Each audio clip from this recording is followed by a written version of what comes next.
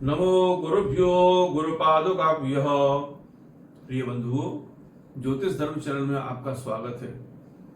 पंडित राज जगन्नाथ ज्योतिष शोध संस्थान के अंतर्गत आज हम शनि के वक्रत्व पर विचार करेंगे। सूर्यपुत्र शनि 17 जून को वक्री हो रहे हैं अपनी मूल त्रिकोण कुंभ राशि में और 4 नवंबर को ये मार्गी होंगे। लगभग 140 दिन इनका वक्रत्व काल रहेगा, जो राहु के शतभिषा नक्षत्र और वहां से यह धनिष्ठा जो मंगल का नक्षत्र संचरण करेंगे। वक्रणस्तु महावीरियाः, वक्री ग्रह के अंदर बहुत ताकत आ जाती है, बहुत शक्ति आ जाती है। माने वो अपने सभी फलों को देने के लिए प्रवृत्त हो जाता है, उसके अंदर सामर्थ्य उसको वक्रत्व प्रदान करता है।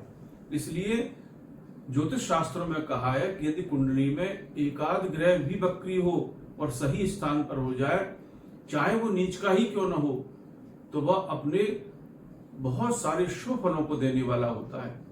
यह शनि मेष राशि के जातकों के लिए एकादश भाव में अपने वक्री हो रहे हैं।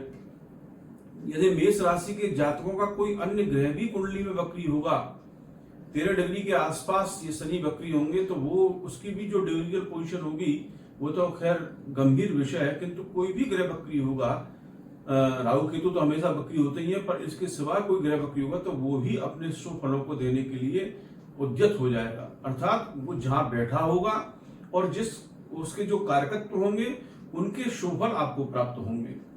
जब दसम भाव दशमेश वक्री होकर के एकादश में विराजमान हो, तो वह दशम के भी अपने अच्छे फलों को देता है और एकादश के फलों को तो देता ही है। जब एकादश के फल को यह शनि देंगे तो आपके आय के बहुत साधन बनेंगे। आप यदि नौकरी में प्रयास कर रहे हैं तो आपको नौकरी मिलेगी। आप जो है अपने बड़े भाई बहनों का सम्मान करें, उससे आपको बहुत लाभ होगा। और कहा भी गया है, यदि आपको बहुत प्रतिष्ठा भी ये दिलाएंगे एकादश जब वक्री शनि होंगे। आपके अंदर अब तक जो आलस्य था, जो अवरोध हो रहा था आय के साधनों में, वे सब अवरोधों को हटा करके आप जिन फलों की इच्छा रखते थे, जो आपकी जो इच्छाएं थी, जो डिजायर थे, वे सब ये शनि पूरा कराएंगे।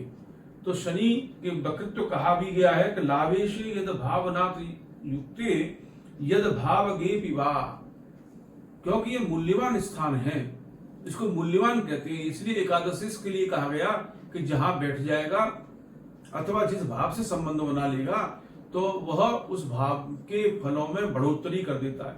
तो शनि एकादश में है, यहाँ के बहुत अच्छे फल। यदि आपकी कुंडली में शनि 3, 6, 11 में भी बैठे हुए हैं मेष राशि लग्न वालों के, तो आपको जब जब शनि की 7.5 आएगी, ढैया आएगी, तो उसमें आपको बहुत सारे धनों की, बहुत सारे पैसा आपको प्राप्त होगा। ये शनि आपके लग्न को देख रहे हैं तो आपके आलस्य इत्यादि को समाप्त कर देंगे, जो अब तक आप आलस्य में थे 140 दिन के लिए। पंचम भाव के आपको अच्छे फलों को, संतान पक्ष से आपको अच्छे फल मिलेंगे। साथ ही ये अष्टम भाव को 10वीं दृष्टि से देख रहे हैं, तो आपको जो धन अप्राप्त था, अब तक प्राप्त नहीं हुआ था, अपने ससुराल पक्ष से प्राप्त होगा। लॉटरी आदि से धन प्राप्त होगा। शेयर आदि में यदि पैसा निवेश करते हैं तो वहां से भी आपको प्राप्त होगा। किंतु ये मंगल आपके यहाँ इस समय नीचत्व काल में चल रहे हैं, इनकी दृष्टि शनि के ऊपर है, तो अपने बाएं कान का ध्यान रखें, क्योंकि बाएं कान में समस्या आ सकती है। इस शनि के और शुभ फल प्राप्त करने के लिए आप पीपल के ऊपर जल चढ़ाएं और शनिवार के दिन सरसों का तेल लगा करके स्नान करें, तब आपको शनि के और शुभ फलों की प्राप्ति होगी। जय जय श्री राधे।